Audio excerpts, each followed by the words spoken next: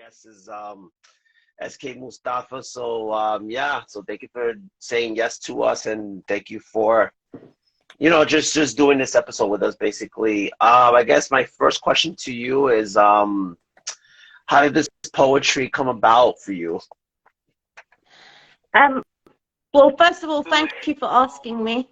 It's an honor to be asked. So, um, how did my poetry start? So, going back about 9 years now, uh, after I lost my daughter, she was 6.5. After she passed away is when I started writing poetry.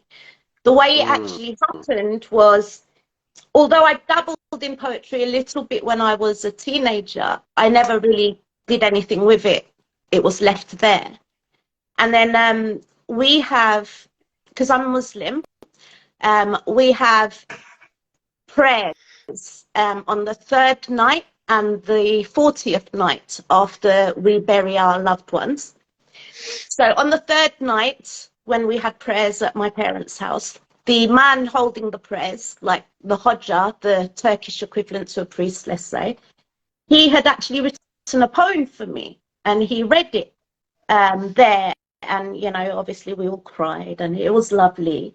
And after that night, I thought, I think I can do that too. So that is when I wrote my first poem. And then on the 40th night prayers, I read my poem, and I've been writing ever since. So that was, over 9 years ago. wow, that is awesome. So basically, that was the Yeah. inspiration behind everything. That's basically what you're saying. Yeah. Andy, hold on, Andy. I just want to say, this is such a touching subject. I know Andy's a parent as well, but just looking into, the history of the whole book that had just came out this recent January. Her book came out January 8th, with it's a dedication to your daughter. We were both pregnant at the same time. My eldest daughter was born in 2007. So, I feel very connected to hear the story, and how this whole thing's together, because I mean, it's so, in an instant, everything changes, and to have the same age, the same time period. The book actually came out last year, January, on the 28th of January last year. Yeah. 22, yeah. 22. Yeah, I'm sorry, I said 20, yeah. 20. So your daughter's 16, or soon to be, yeah. She'll be 16. She was December, so it looks like you had an August baby, and that's kind of funny because my whole family, I'm an August baby, my parents are August baby. August babies are beautiful. You had a beautiful August baby as well. But it sounds like there were some issues at that time in August reading of the history here. I was pregnant in August. I had her in December, so she will be 16. So it's crazy. Isn't it? It's crazy for me to think that I would have had a 16-year-old daughter. It is, Yeah, and that's my eldest. So yeah, same thing. But you were able to take this experience, and I know you're going to go through talking through this, because this is a cathartic experience to deal with grief. Being a parent's hard enough it is, but I don't know how to be more awkward than this, but I can't imagine your experience, but you're able to share that and turn it into something so beautiful that's going to live on longer than a biological human being, because your words are going to be continuous. The words for Kader, is going to be on forever and ever and ever, because we have access to your words. So let me stop talking and let you actually share what this amazing thing that you're going to share with us today, because again, taking that and making something incredible. Sorry, what shall I share with you? You cut out. I kind of just let all that up. What you said, that you talked about why you wanted to go into poetry. Talk about the book itself. How did it come after you just kind of unloaded some feelings, or I can't imagine how that took? Well, when I started writing, like I said, I carried on, and I'd read my poems here and there to my friends, to my family. We have yearly memory days for families of people who children who have passed away in Enfield, which is the area that I'm in. So I would read a poem every year, and people kept saying, you know, you should write a book, you should write a book, but it didn't make sense to me to do that.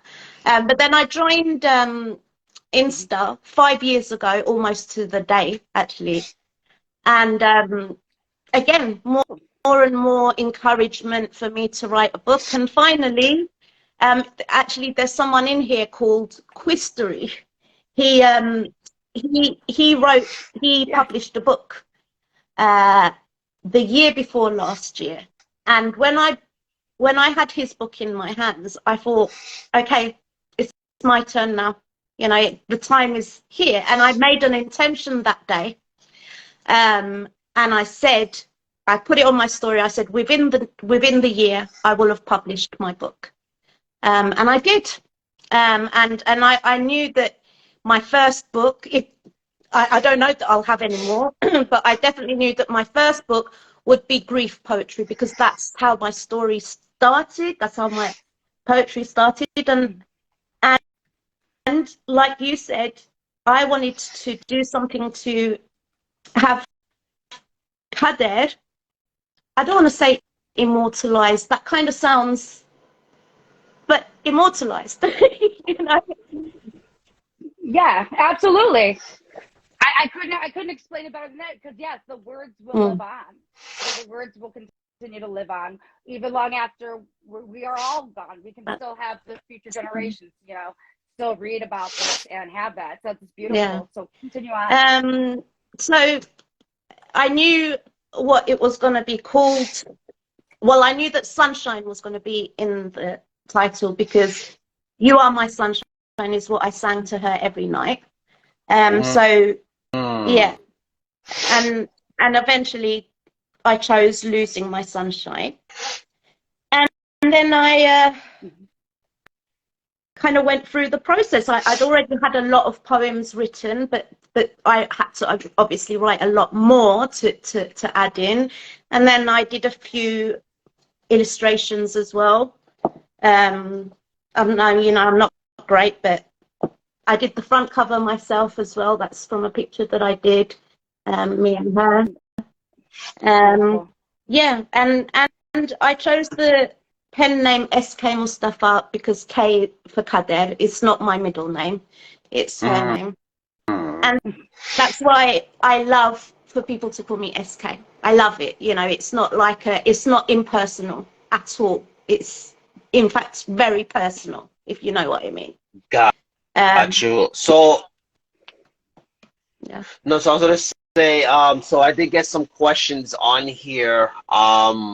So the first question was from Craig Kelly, poet fan. He says, any pieces in the book that specifically stand out to you? Well, I guess the most impactful one. So I broke the book into sections. I've got 6 sections, and I guess the first one, which is called The Beginning and the End, there are some very harsh poems that say kind of what happened, you know. So for me, the ones that impact me the most are probably those ones. And then you've got the ones, the grieving mother section, where I just go, and I just let it all out. It's killing me. I want to die. I want to go to my daughter. And that is what grief is, you know. Any grief, but when it's your kid, it's like if your kid was in Australia, you'd want to go to Australia. I want to go to where I believe Kader is, in heaven. I'm like, okay, enough now. Thank you. Can you just please? I just want to. Which obviously does mean death, so it's hard for people to hear, but it actually is that cut and dry, you know. Wow. And then another person of Wilms. and words, and this is the question she asked was, if you have to choose one poem of yours to comfort someone who suffered the loss of a loved one, which one will it be? Can you please read it? Thank you, she said. Oh yeah, Okay, I can absolutely. do that. Let's have a look. So that would be, it would definitely be from a grieving mother's faith section. And I said in the book, I'm not very religious, but I have things that I believe, things that sit here right to me, whether it's what I've read from a book or whether it's what I've heard or what I've lived. So I have, like I said in the book, I'm not trying to sway anyone or change anyone's perception of what happens after death or God or anything. It's what I believe. But yes, I did a section called A Grieving Mother's Faith. And I think what I imagine, which is the first poem from that section, is the one that I find hopeful, if that makes sense. Shall I read it? Makes sense. Yeah, go ahead. Yes, please. Yes, we want to hear the. So, what I imagine. Dancing with angels, singing and laughing, in blue crystal seas with dolphins you're swimming, flying through clouds so pink and so fluffy. That's what I imagine. That's what I see. Feelings of happiness and pure delight, tea parties with fairies all dressed in white, a smile on your face so wide and so bright. That's what I imagine. That's what I see. Gardens and forests through a magical door, animals and wildlife you've not seen before. So much to learn and see and explore. That's what I imagine. That's what I see. Memories you gather to share and explain. Excited yet patient, you're waiting for me. Saving my space and keeping it warm. That's what I imagine. That's what I see. So that was Wow. that. Wow. Wow. That's. Can you talk about that one? Because again, that one is the piece that you chose for people who are grieving over a loss like that. Why?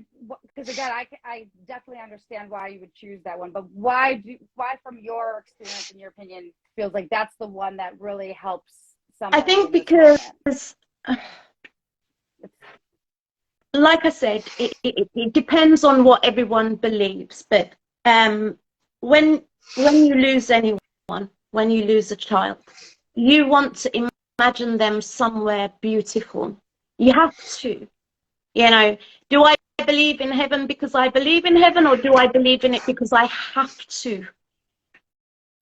I think I did anyway, but right now I have to. I have to believe that she's up there learning and exploring and having fun and tea parties with angels and fairies. I have to. This is what I see when I sit in acceptance, which does come sometimes.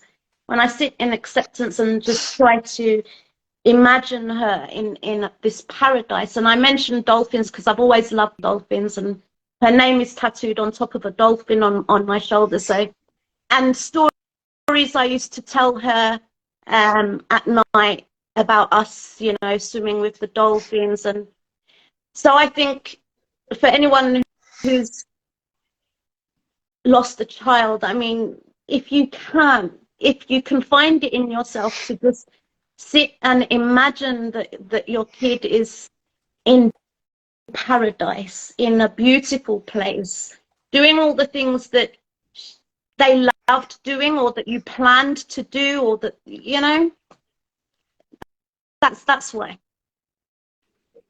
Yes, I think that was so eloquently described and explained. It actually reminds me of a couple of parts of poems I've read from people who are like blatantly atheists with complete like biological views only, and even in those poems they reach out like, I hope I'm wrong, when they experience such a tragic loss, because again, you want that connection. Now, I love that you are talking about your personal belief, because again, I think we all have our own kind of personal beliefs that kind of fit our own experience of wanting to connect on a beyond cellular level. But we're getting so much feedback from the audience. They want to hear another piece from you. Is there another piece that's one of your favorites that you want to, you always go back to, or the one that you felt like this is the one that really brought things? Yeah, we want to hear more poetry. Craig Kelly, okay, poet fan, we're gonna get you that poetry here. Yeah, So I want to just point out, Stephanie Lamb said that that you helped her with her grief in 2021, and she said something that would, this her exact word was, she said something that would carry with me a moment of solace, and she said for that she's grateful, she's eternally grateful. She said. I believe that we had messaging back and forth when I wrote a piece about a house plant. I believe, I hope that I'm not wrong there. And yeah, thank you, Stephanie. But I'm going to read. So 11th of August 2007 is the day that Kader was born, and I've done 3 little poems, parts 1, 2, and 3. I would like to, if you're okay with that, to read. This is all about you. Okay. Yeah, I'd like to read a couple of pieces from this section. This is called The Beginning and the End. Right. Angela, I can't hear you. I think you're muted. She's muted. Okay. This is called 11th of August 2007, Part 2. The silence. That's what I remember the most. The silence was so thick, like the heaviest of fogs. It was almost tangible, dark, looming, cold silence. The lack of a baby crying as she was cut out from her mother's womb. The lack of congratulations for the birth of a baby girl. The lack of answers to a mother questioning why her baby was not crying. Silence. Oh, how I remember that silence. I will always remember that silence. And the story behind that is basically the day Kader was born. She went into stress while I was in labor. So while she was still inside me, she went into stress, and she opened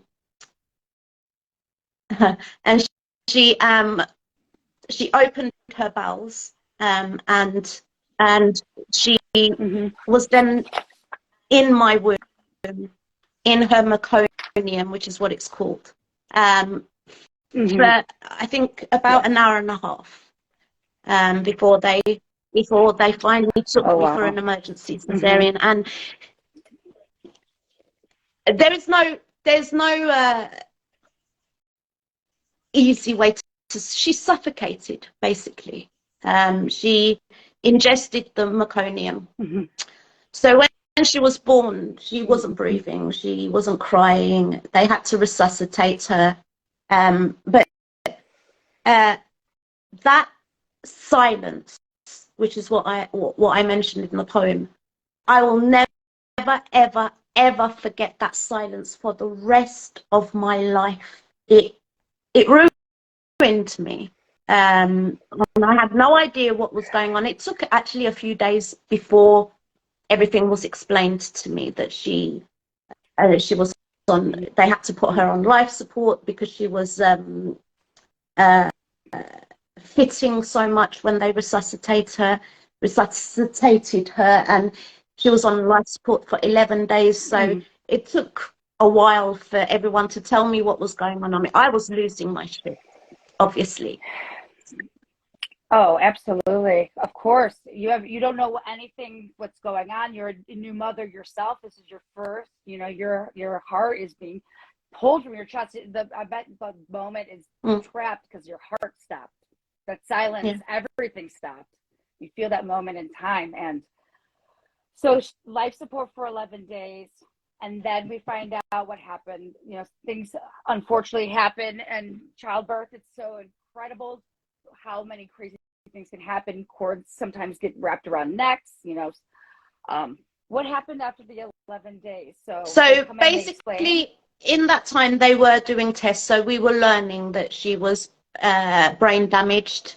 They didn't think she'd be able to breathe on her own. They were advising me to turn off life support because they said even if she does survive, she'll have a limited life, a struggled life. But I was in no way, shape or form in a state to make that kind of a decision. I mean, no way. I just kept hoping. I just kept hoping.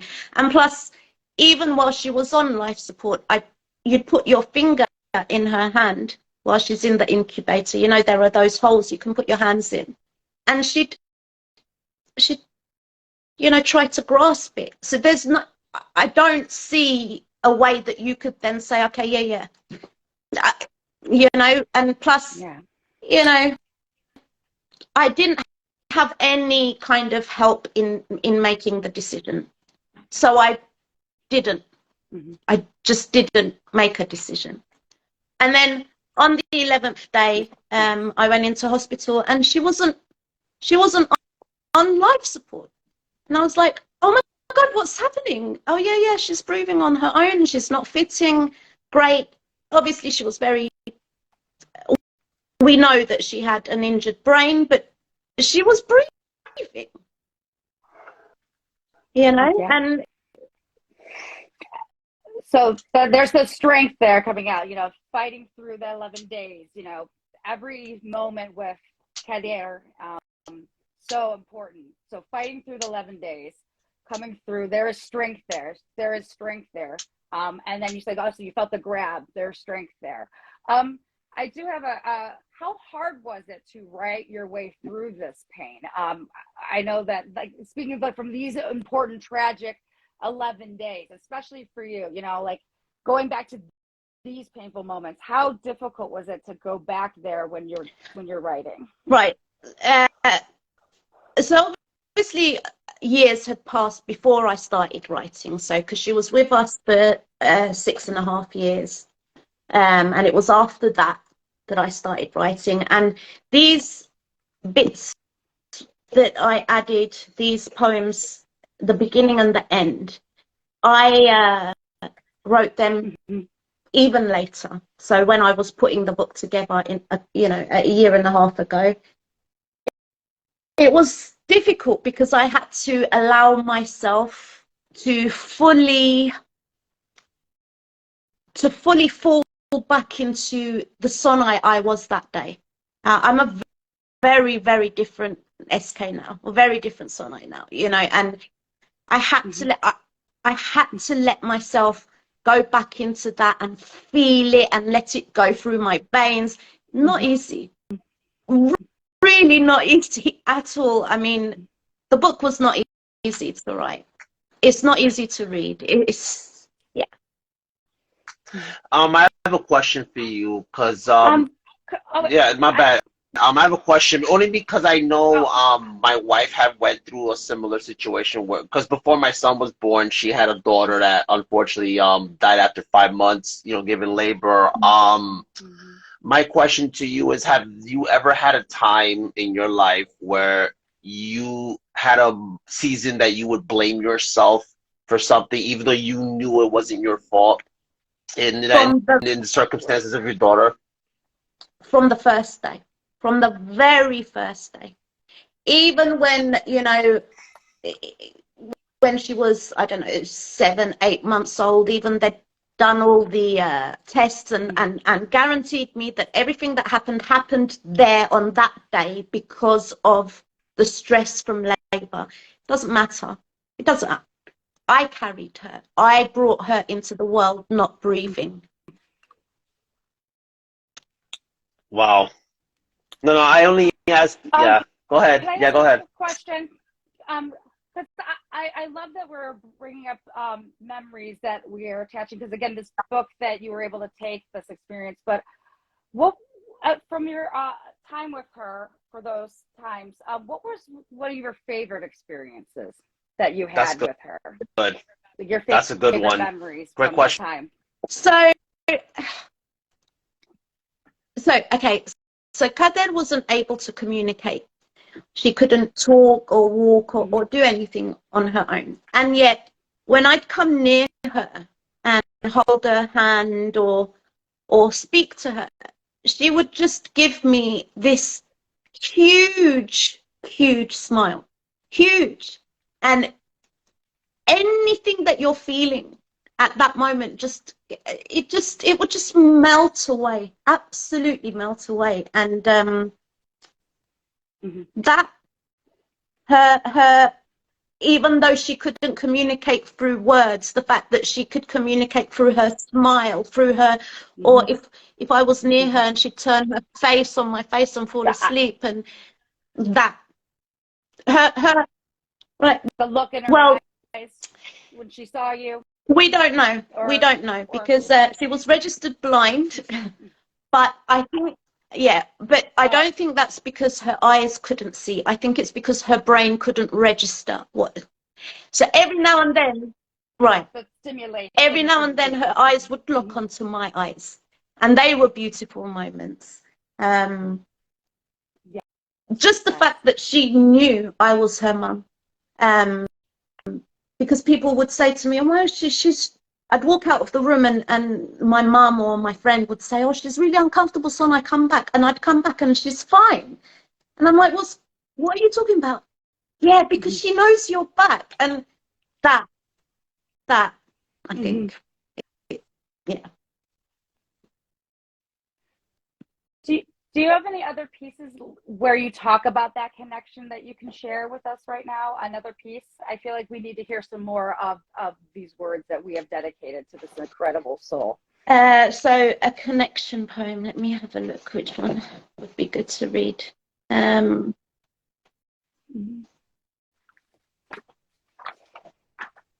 mean, most of them are pretty painful, I guess. What I'll do is I'll read My Angel with Her Broken Wing. This is the first. I was actually going to say that might be the good one to share like that. I have that one right here as a note to have you have. So this is the first poem that I wrote on the 22nd of February 2014. So just under a month after she died. It was my first ever, I guess. Like I said, if you don't really count what I did in my teenage years, but My Angel with Her Broken Wing. No future lay ahead of me, always binded to the past. It was plain to see, as clear as day, I was going nowhere fast. For no reason that could be seen, I was lost. There was something missing. Until the day he sent to me my angel with her broken wing. Though you brought with you such struggle, alongside so much pain, the strength of you, your courage and beauty gave my world so much to gain. I found myself much braver. You are my life, my only purpose. The confidence you gave to me allowed my strength to surface. I gave to you my love and care, but others could not see that I needed you to give me guidance more than you needed me. Our time as one was short yet sweet, though nowhere near enough. And now I'm here without you, child. What could be than this more tough? My dear sweet girl, my destiny, I promise you with love, I will try to find my way to you in heaven up above. Until that day, I bid to you with pain a sweet farewell. Sweet dreams to you, my one true love. Rest in peace, my dear. Sleep well.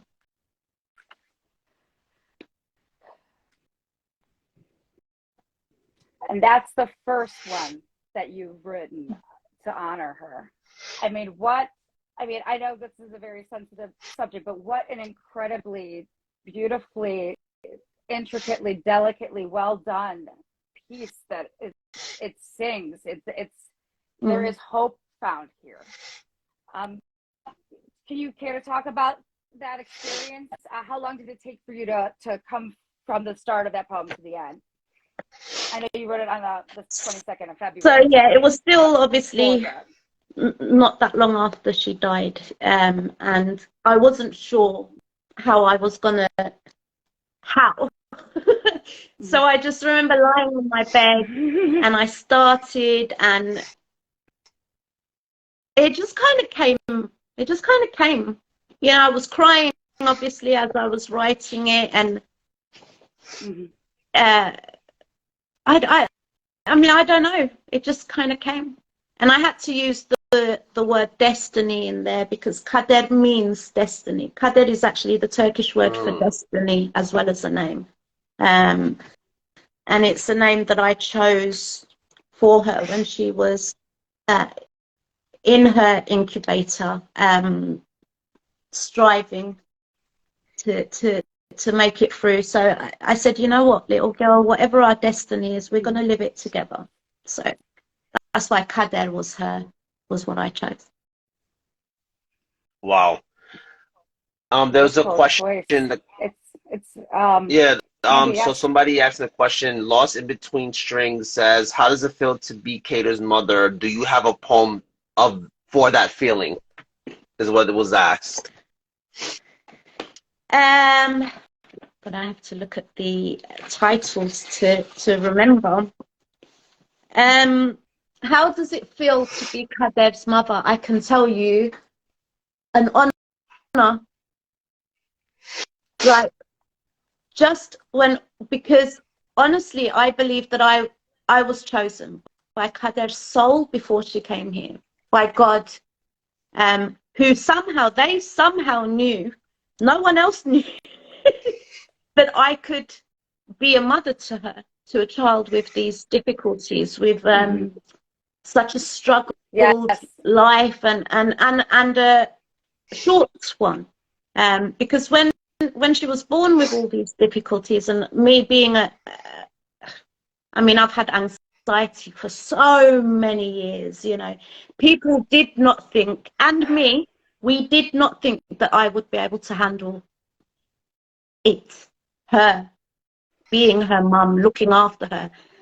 But you know what? I mean, I don't often say great stuff about myself, unless I'm joking, but I smashed it. I did. And the reason, because she gave me so much strength, you know. Even when we were at hospitals, when we obviously we had to go to hospital a lot, I'd kind of just ask the nurses to move aside, you know, while I put the tube down her nose, while I suctioned, you know, so she could breathe, while I did this and that and the other. But that was Kader that helped me to do that. Truly caring for her. What other things has she taught you about, maybe not just yourself, but what other lessons were able to come from that? Because again, that is such strength. She has strength still, because she lives on throughout your words, and we know that, you know, that your connection with her will live on while you are still with us, through your words and all that. What other things do you know? She taught taught me the true meaning of connection. Connection obviously doesn't, I say obviously because I know now, it doesn't have to be done with words, you know, or action, even, you know, going places together, doing things. That's not necessary. I didn't know. And so many other things, like, unfortunately, there's a lot of people, mainly the elder Turks, because I'm Turkish Cypriot, so mainly elders. When you tell them, you know, I have this child, but she has this and this and this disability, they'll say something in Turkish which translates to, but you know, she's still your kid. And that used to make me so angry, because you don't need to remind me that she's still a child. She's still my child. I am in love with this child. She's mine. Of course, she's still a child. So she taught me that it's not okay for people to think shit like that. And it's not, it doesn't affect the bond. It doesn't affect the love. If anything, you have to love them more, because they are dependent on you 24/7. You can't get away with neglecting them. Well, you can't. Right. You can't. The life literally and everything, and they need the connection. I know that we still want to hear that poem. Did you happen to find one that represents your motherhood there? Because again, we want to hear more of your words honoring. Yeah. Kader. I'll read Your Smile, I think. So, 41. Oh, that's a beautiful. And then of course, before you read, there was a question earlier. If you wanted to get a copy of this, you can get it through Amazon. If you want a physical copy, and of course, it is also which I have the Kindle. They asked earlier. Thank you. And in India, you can get it on potty.com in India.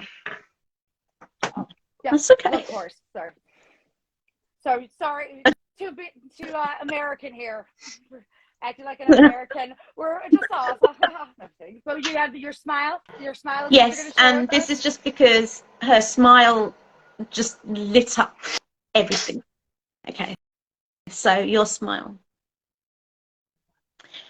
If I had to describe your smile, that smile, the memory of which outlived your little life, I would say it was golden, a blinding beauty that lit up the darkest of days, the saddest of feelings, a smile that showed your inner beauty that your non-existent voice was unable to explain. Your pain and struggle would never diminish your desire to share your light. My little star, you shone so bright, always smiling through your fight. My purest, most incredible delight. I lost you on a cold winter's night, but your smile lives with me every day.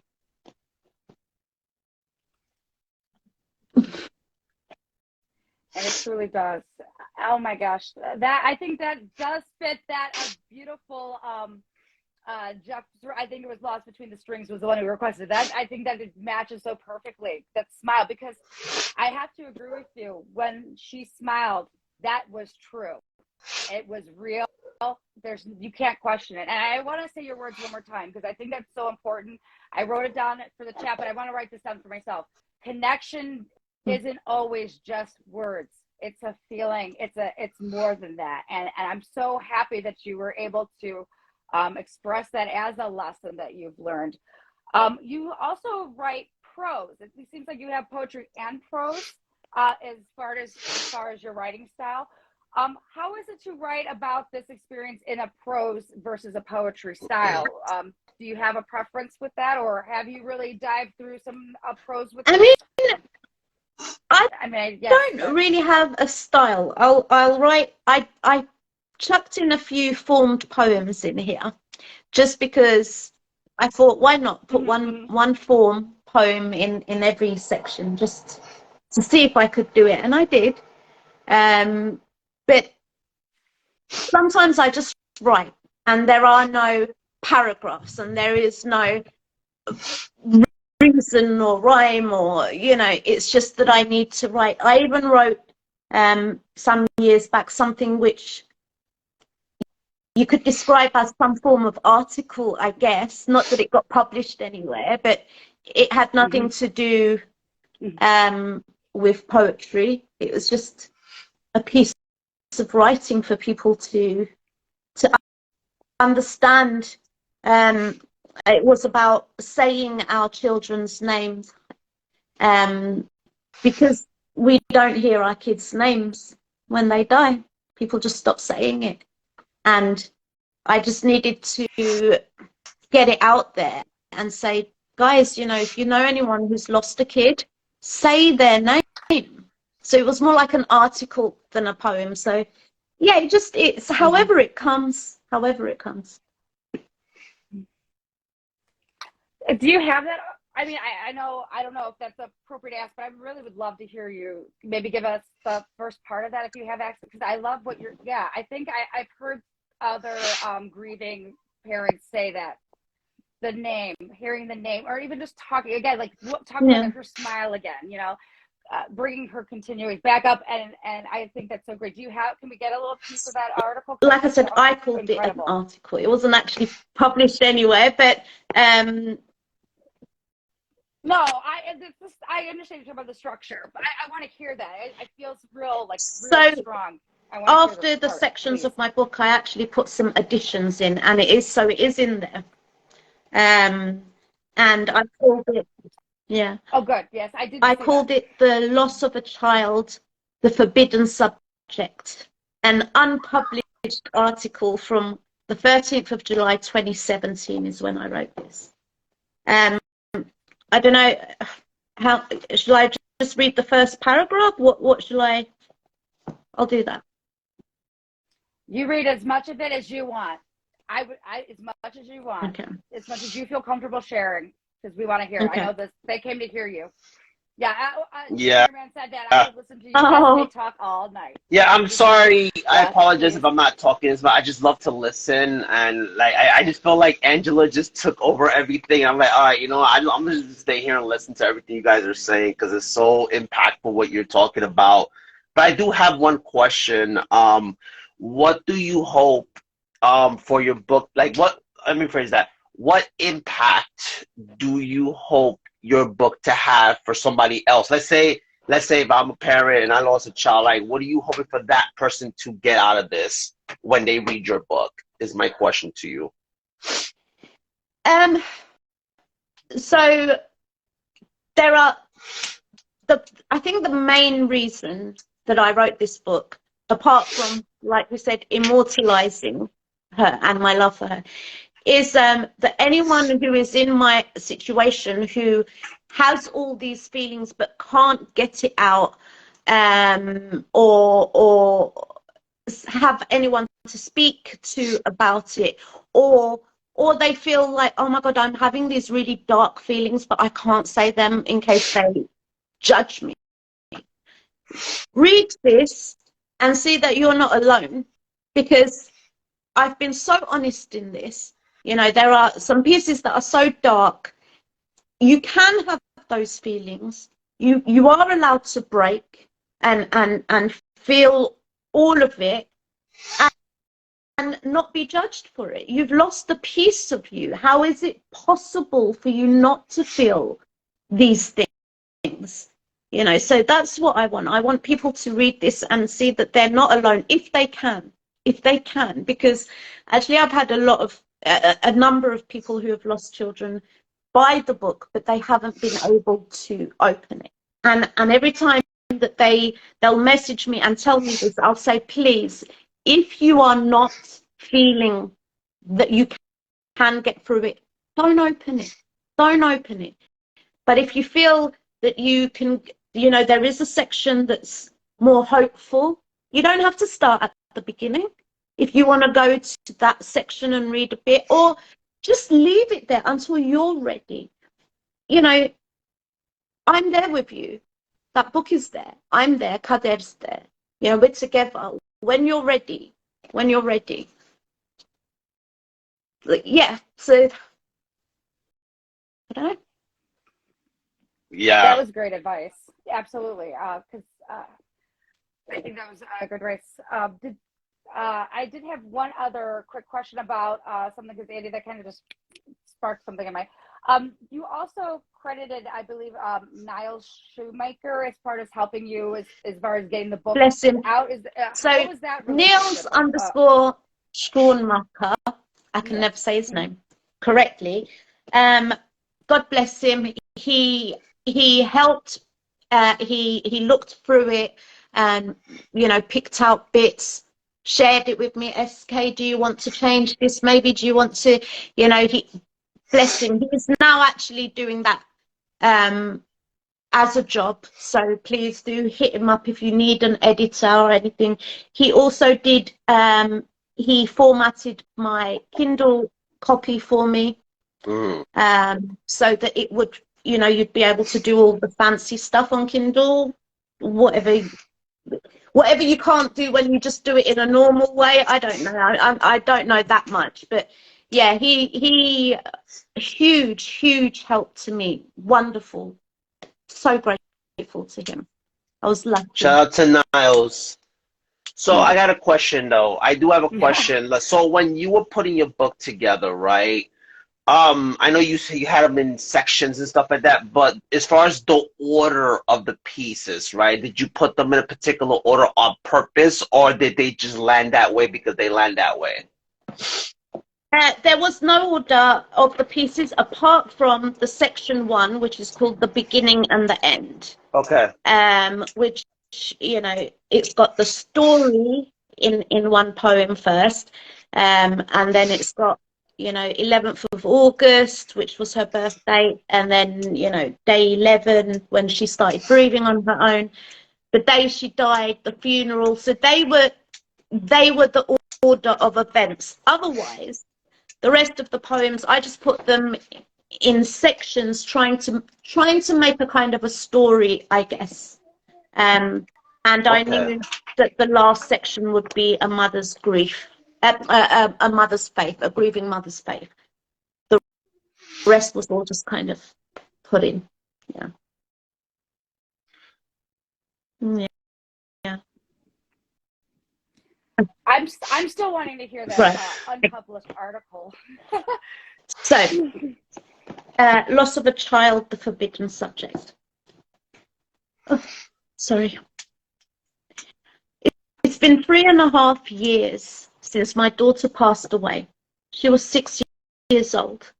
In the years following her death, on top of the obvious pain I have been living with, I've also come to realize that the subject of my child, be it her life or her death, is a very taboo subject indeed. With people who know her or those who didn't, reactions are almost always awkward and uncomfortable. Understandably so. Of course, this topic is an extremely sad one, unimaginable. Who can bear to think of how painful it must be to outlive their child? Even the idea of it is heartbreaking. Fact. However, in an age where awareness is being sought for so many different things, where topics that were once almost forbidden are now being discussed openly, I can't help but feel that it's time that bereaved parents should also have a voice. Now, I'm fully aware that I'm only one person, and I have no right or power to speak on behalf of all bereaved parents. What I am discussing here are my own personal thoughts and feelings, so here I go. My child was here. She did exist. She had a name, a face, a personality. She was and still is my daughter, and I was and still am her mum. I know you get that. It goes without saying. But do you understand that I need her to not only be remembered, but to be talked about freely, without fear?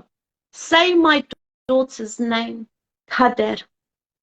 Ask me about her, what she liked, what she disliked, how she reacted to things. Okay, so in my case, my girl was extremely disabled. And so there were a lot of things she couldn't do or understand. You can ask me about that too. I want it known, remembered and never forgotten that I am a mum, a proud one. The way you discuss your child, I want to discuss mine. Shall I keep going? Yeah. Go ahead.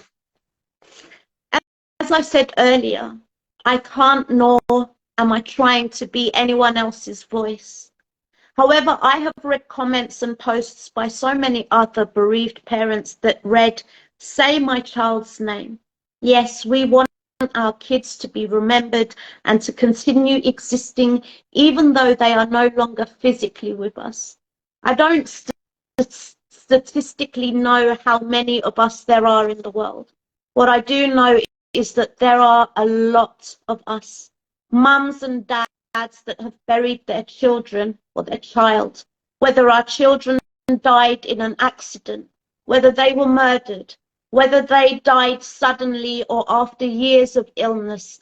Some were babies, some were teenagers, some were adults. We all have one thing in common. We belong to a club that no one would ever choose to become a member of. We are labeled. We are bereaved parents. Yet we are parents nonetheless, and we are here. Talk to us. Ask us questions about our kids' lives and even their deaths. Will it bring tears to our eyes? Quite possibly. Will it remind us and break our hearts? Of course not. There isn't a second that goes by where we forget that our child has died. Our hearts will never be unbroken. The knowledge, the pain, the fact is with us every second of every day, whether we are locked away crying our eyes out, at the cinema with our friends, on a date night with our partners, even when we're laughing and having fun, we know it's there, always. Of course, there are those of us who don't want to talk about it. There are many different types of people, full stop. Some like to talk about things, problems, events, personal lives, and some don't. I can tell you that I have always been one to talk about things openly, as I am sure you have figured out by now. I also know that if someone doesn't want to discuss something, whatever it is, they will just say so. It is not any different when the subject is our lost children. Fair enough? So please, say her name, say his name, say their names, tell us something you remember. Ask us what you have forgotten. Discuss the things you want to know about our children, but may have felt before now would be too upsetting for us to talk about. On my behalf, I promise I will always welcome the subject of my daughter with gratitude and a smile. Wow. Wow. Thank you for reading that. So much respect for you. I did get some questions though in the question section for you. One of them was lost in between the strings. This is the first question that was sent. Through your grief, how have you made us feel how it is to be a mother? It was one of the questions. Sorry, can you read that question again? Yeah, I don't know if that's what he meant. Yeah, can you rephrase that question because that doesn't really make any sense. Well, just read it again. Read the question again, Anthony. Yeah, it says through your grief, how have you made us feel how it is to be a mother? That's what he said, but I don't know if he worded it correct. Statement. I think it's a statement. Yeah. No. You have, I think you probably meant. That's a comment. Yeah, you have been able to. I also have to say, SK, and a message I have received from somebody, and not on the chat here, they said that even though they are not a parent themselves, that article, the way you expressed it, is just gut-wrenching because we can feel that. We can almost emphasize. And I want to say, what else would you like to share about Kader? What else can we talk about right now? Because your article is so important, and I want to honor that. I mean, what else can you share about her? Just like I said, I love people to ask me about her, to talk about her, to say her name. And was there a beautiful outfit that you put her in that made you just, you have like any of those kind of things or toys that, or anything that she made of? So we used to use a lot of sensory stuff for her because of her complex needs. She loved things that stroked her hand. all the different textures. So they were all different toys with different textures. She loved when I stroked her hair. She loved, just to feel closeness and warmth. That's the sort of thing that she loved. She would try sometimes to use her voice, and it really sounded like she was trying to say anne, which means mum in Turkish. She could only come out with but people always thought that she was trying to say anne. And it was just beautiful to see these things. There's so many things that you remember, there's so many things that you forget and then remember, and you're like, oh my God, I've forgotten about that. I wanted to share another thing that you had already mentioned earlier, that anybody that may have just joined us, because we're sharing some favorite memories of our darling Kader, who is who this book, Losing My Sunshine, A Mother's Grief in Poetry and Prose. I mean, this is all about that. That you talked about the fact that she would light up when she would be in your space, in your room. So again, can you talk about one of those times that happened again, when you just felt her presence, when your presence were together? That connection. Together. There was a huge connection, a bond. But how do you even explain? I mean, I think the reason I can't explain it in words is because there were no words. Even in that connection, like I said, she couldn't talk, but she knew, and everyone could see that she knew I was her mum, and she feel comfortable with me, and I knew, what positions I needed to sometimes hold her in so that her muscles could relax, because she had cerebral palsy. That it just, I felt that she felt safe in my arms, but also I felt safe with her. I can't explain it. She was my strength. She needed me to be strong, but she's the one that gave me that strength. That's so incredibly beautifully stated. I know that we see those kind of themes where she brings you strength, the strength that you're trying to give for her. I know that a question came up where I know that you may have mentioned this earlier, but they want to know more about the name, about where did you come up with the name? I know you said that it means destiny in Turkish, but again, why that name? So I had a totally different name picked out from a film that I used to watch when I was younger, a Turkish film when I was younger. It was going to be Reyhan or Reyhan. But when she was born, it didn't sit right. And I think about 4 or 5 days after she was born, where we didn't know if she was going to make it or not, my sister-in-law at the time said to me, give her a name, Sonai, give her a name. And so when I was considering, I just thought Kader, because destiny, whatever our destiny is, I can sit here and cry and moan and, I wish it wasn't like, but this is our destiny, and whatever our destiny is, we are going to live it together. And so it had to be Kader, it had to be destiny.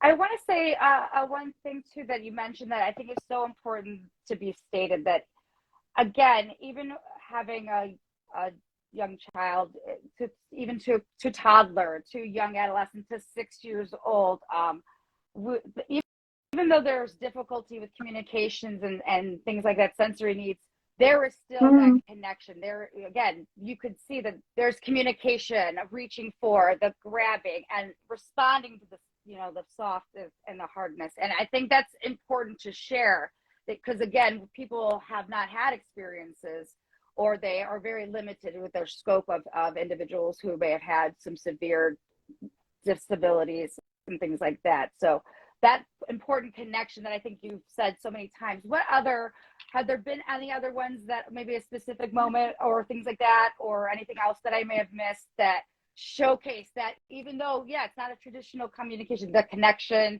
there is a response, there's love there? Because again, like you said, the stories where she was comforted only when you were there, because again, she knew that you are mom, Yeah. mom, and all that.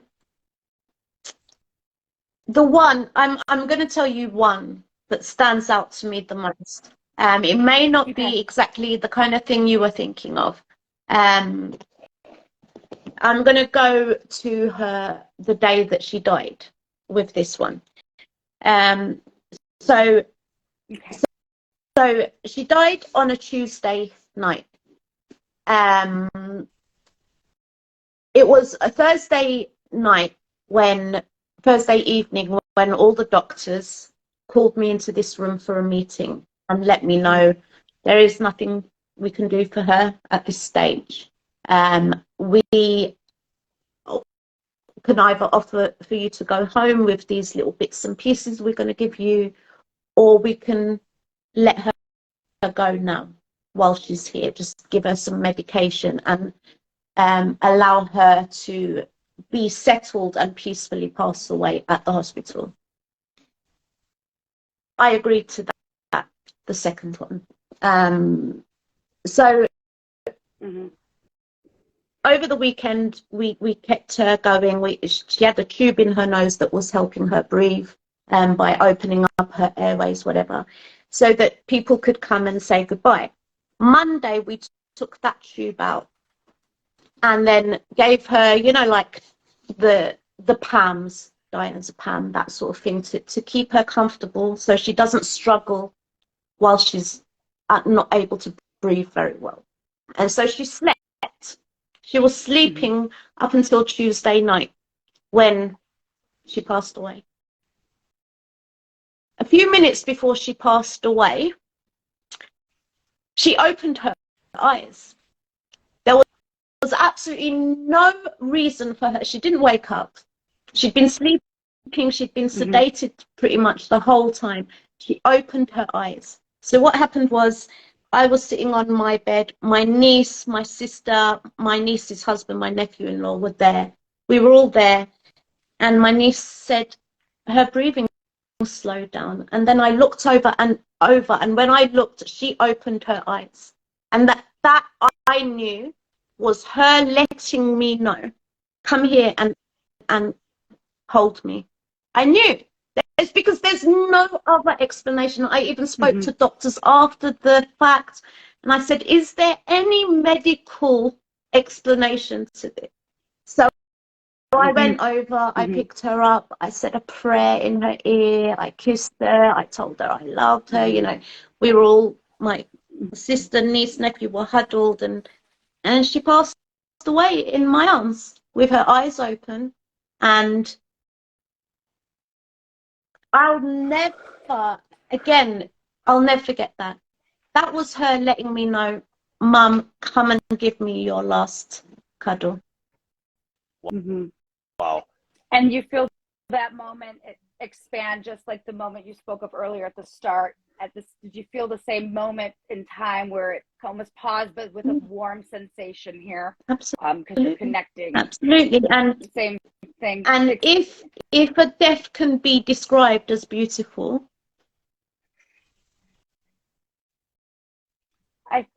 I believe. I mean, I do believe death is necessary, and because I teach biology at a high school. Okay, but death is the regeneration and the returning of nutrients into, you know, we need that in order to bring new. So again, not to take it, I want to take it into a sterile environment when I say that, and then jump back into this beautiful. But yes, I absolutely do believe that a moment like that can be described as timeless, beautiful, personal, very personal, very, very personal. The way she opened her eyes after a day and a half, you know. Yeah. So that was a beautiful, beautiful moment for me, even though it was her passing. Yeah. There was a So at that moment, connecting as I was gonna get to that as far as like that moment connecting from the start to the end, what made you feel like it is to be a mother? That's what Jeff is trying to get to. Through the grief, what had made you make us feel like what is to be a mother? What does it mean to be a mother to you through this whole experience and that because you're still a mother? What does that feel? So how have I been able to make you feel what it's like to be a mother, even though I'm a grieving mother, I think? Because yes, I still have that complete mother love, even instinct, which I guess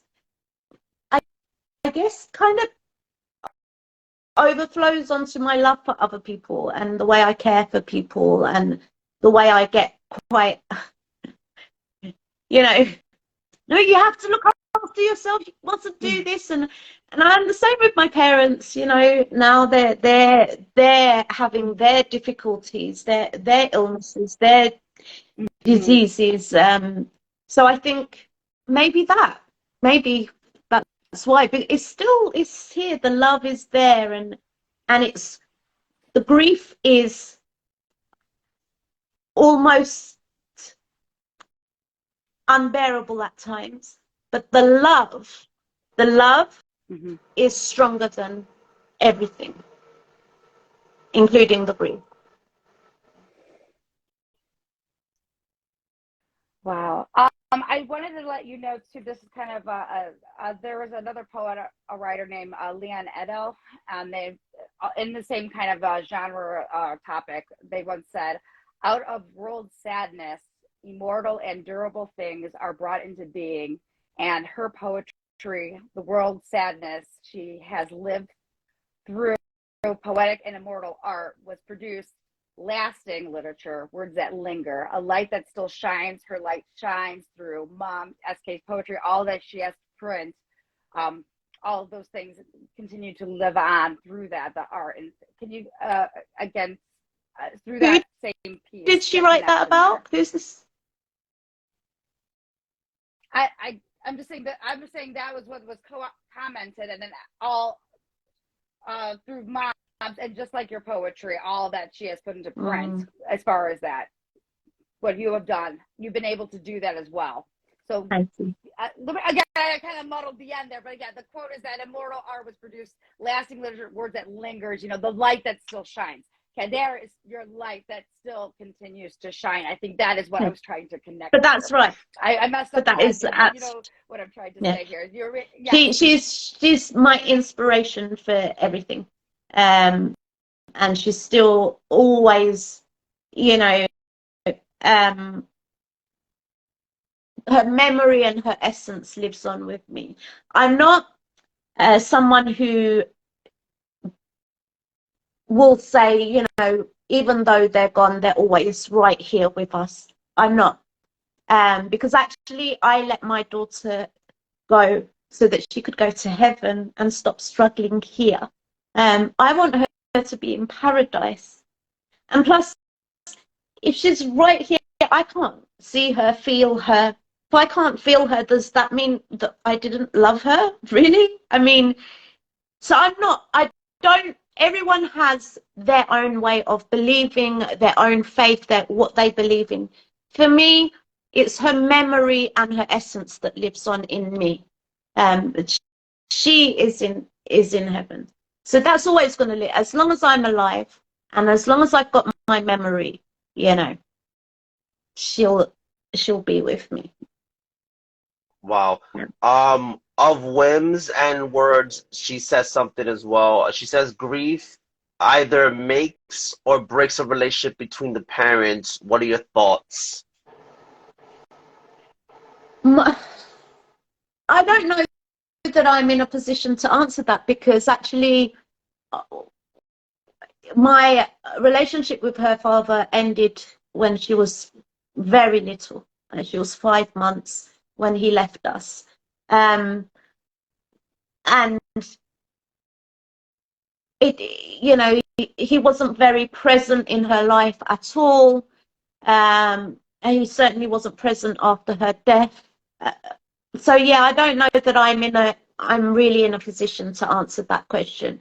But for the rest of the family, me and her grandparents, my parents, my sister, the grief brought us together, because we were all there for each other. We were all comforting each other and talking of her and crying and smiling while we spoke of her. So I don't know. Damn, you kind of took the words out of my mouth. I was gonna ask, but I think you kind of already said the answer already. But I guess I'm gonna just ask it anyway. So the night that she passed away, right? So the day after, can you walk me through what was going through your mind after it happened, after you already took care of what you had to take care of? What was the process of, as far as moving forward after the fact? Like, what was the process for you in that particular situation? But so here's the thing.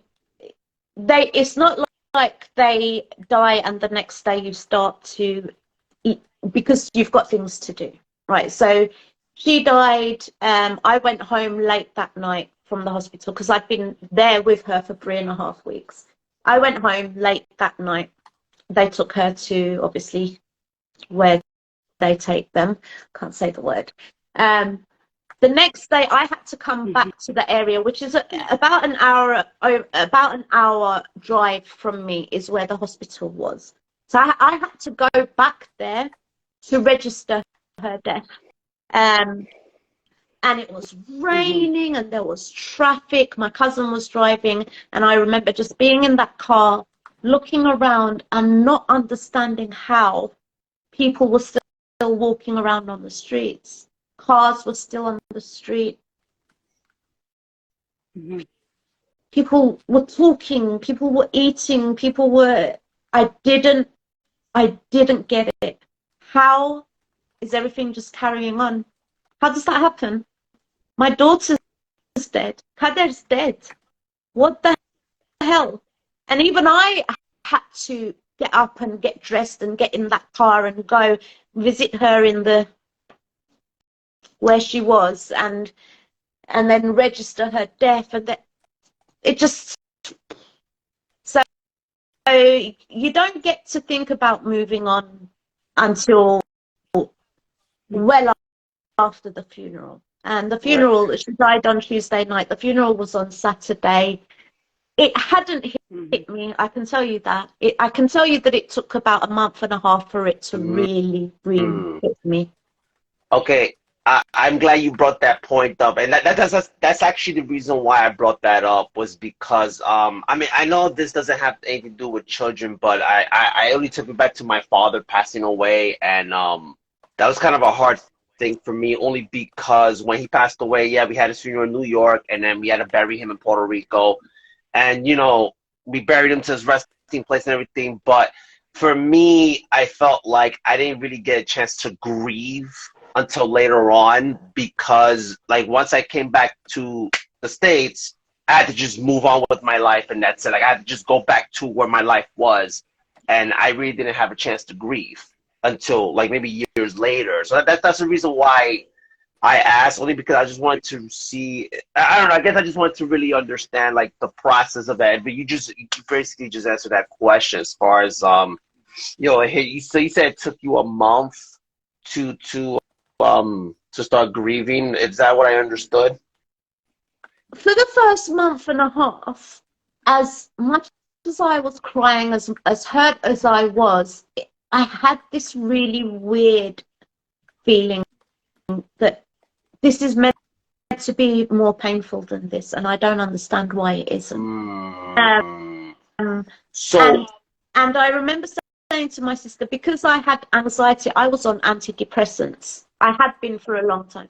I remember saying, I wonder if it's because of that. It doesn't make sense. I didn't come back and get on with my life because she was my life, as in my whole life changed in the fact that I didn't have to wake up and medicate her and then feed her and then change her tube and then do this and that. So that all changed, and I was completely lost. But that pain, and then one day it came so hard. It hit me so hard, that pain. I was like, okay, there it is. And yeah, I think it just varies from person to person. All right, no, that's why I asked. Thank you for telling me that. I guess my next question is, can you walk us through that exact? Do you remember the exact day, the exact night when it finally hit you right there and then? Like, what was going through your mind right there? No, I don't remember the exact moment. I remember that month and a half-ish where it was weird, where I was in pain and but I was almost numb.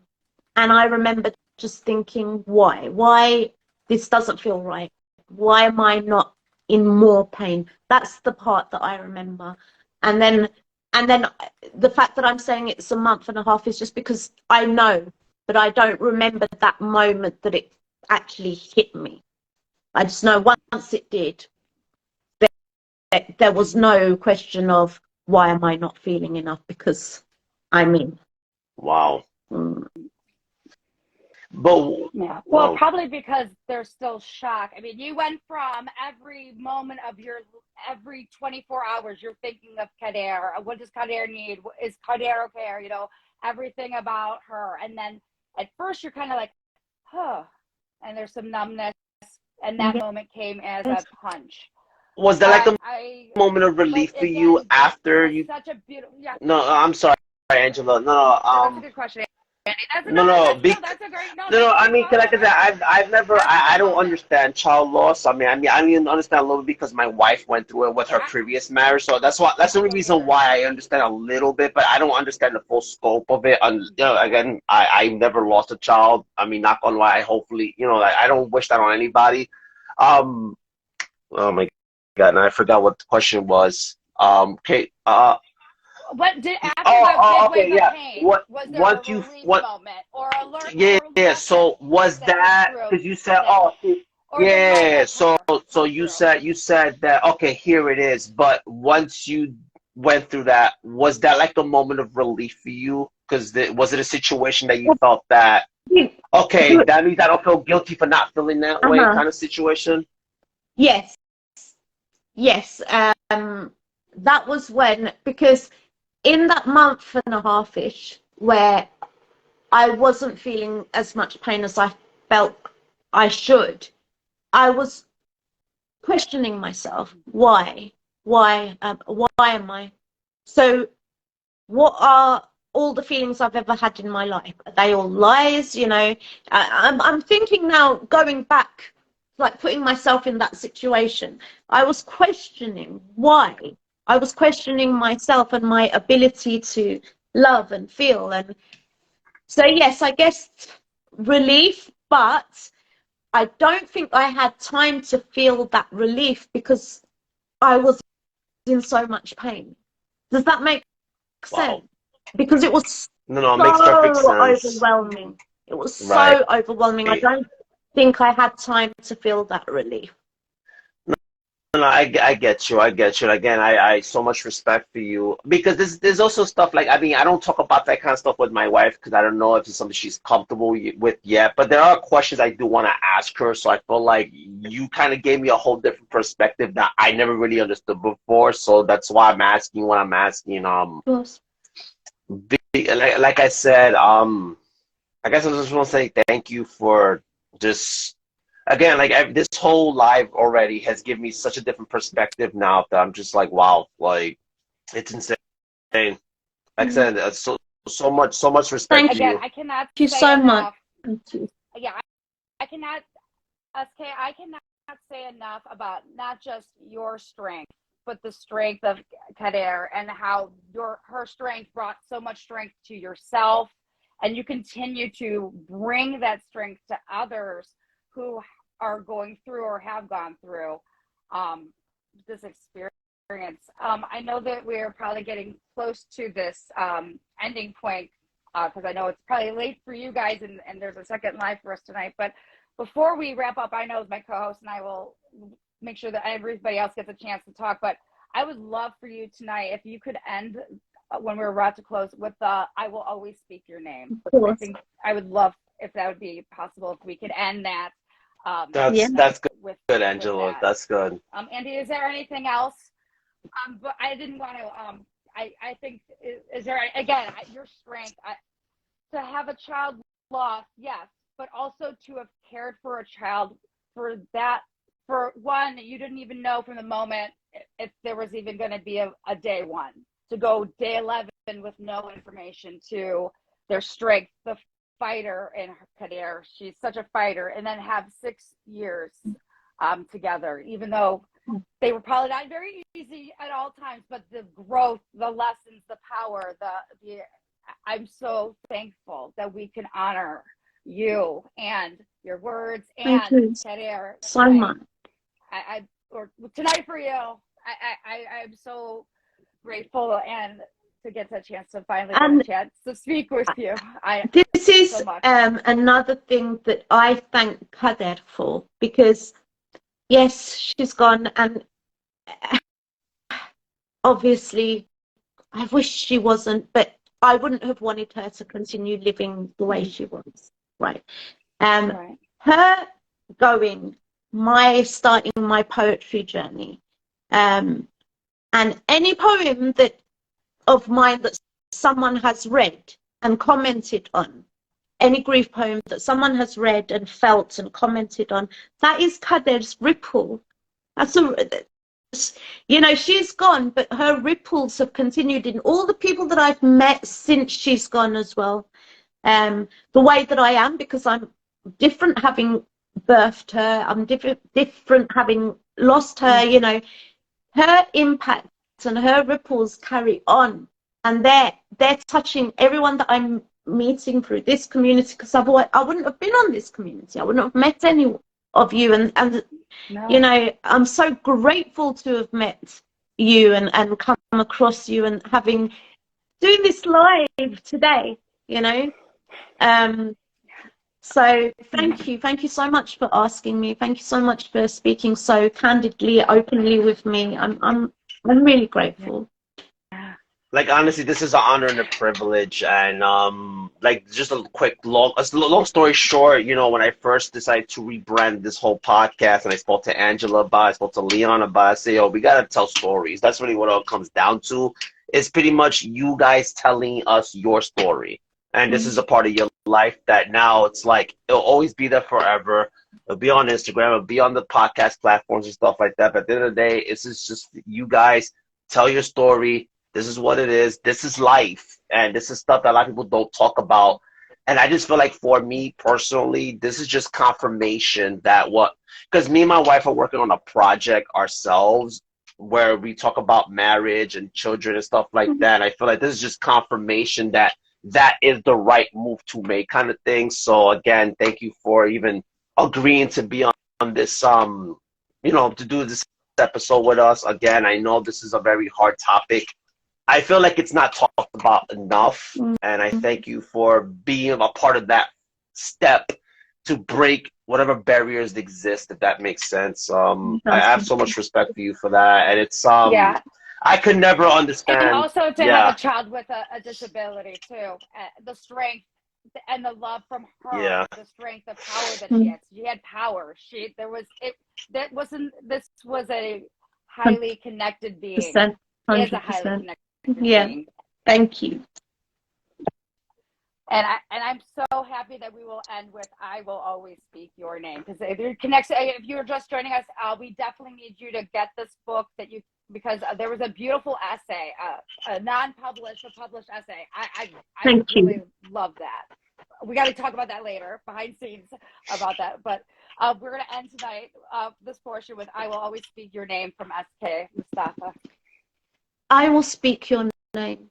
I will speak of your life, and I will speak of your death. I will speak of the joy you brought me, and I will speak of the pain I carry.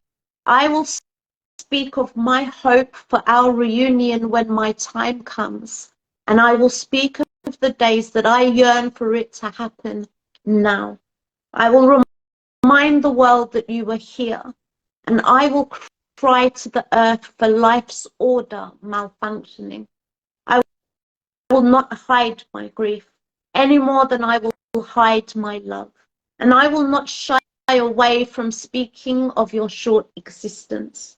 I will never forget you. I will never let you be forgotten, and I will thank God every day for having chosen me to be your parent. I will speak your name. I will always speak your name. Kader. I need a moment. I can't right now. Well. And Kader's auntie's just come in as well, my sister. Thank you. Kader. Yeah. Wow. Yeah, Angela, you might as well take the. I'm lost for words. I'm speechless. Well, that's how I wanted us to end it, because I think that was just, although I don't want to end it because, Aunt just showed up, but that's exactly how I wanted to end this night, because to have her Yeah. name said again, Like I said, and now, like I said, even because that was it. yeah, we'll have the say, replay. We'll have it on again. we'll have it on Spotify now. We'll have it on Apple, Amazon, and Audible, and YouTube and stuff. So like it's like, and I think that name is perfect. I will always speak your name. And it's like her name will always be remembered, and that's what makes it even more beautiful. It's like wow, like I'm lost for words. And again, I'm lost for words. Right now, we're experiencing it still right now. Destiny. Kader means, if you didn't hear before, because I'm not familiar with the meaning, but destiny. And here we are, still the ripples are still going and going and going, and that is because of the work that you've done. And I'm so pleased that you gave me this space today to say her name, to speak of her, to ask me questions. I come on, I don't get that in life. Parents have people asking about their kids. I don't. And I miss it, and I want it, and I want her to, obviously it's not something that can be done all the time, okay, but thank you for giving me this space to be able to speak about her, to help to keep her name out there on this live, on the podcast. Angela, thank you. I felt so comfortable and safe with you both, so I really appreciate it. No, and thank you for trusting us with this. This is something I take very seriously. Well, no, not me. We take very seriously, with respect. Again, this is an honor and a privilege to do something like this, and this is something I take very seriously. And this is something that, I don't know where all of this is gonna go, but I like to think when I get older and pass on that the legacy will be left that, hey, we provided something that was never provided before. And it's like, this is one of those moments right now that, hey, we gave you an opportunity, and we all gave each other an opportunity to just to have that conversation and to break the barriers that's been put on us for so long. It's like, it's a responsibility I feel like this is a responsibility, and it's just, again, this is an honor and a privilege to do this, and I take this very seriously. So again, thank you. I can't talk anymore. I'm still speechless from Well,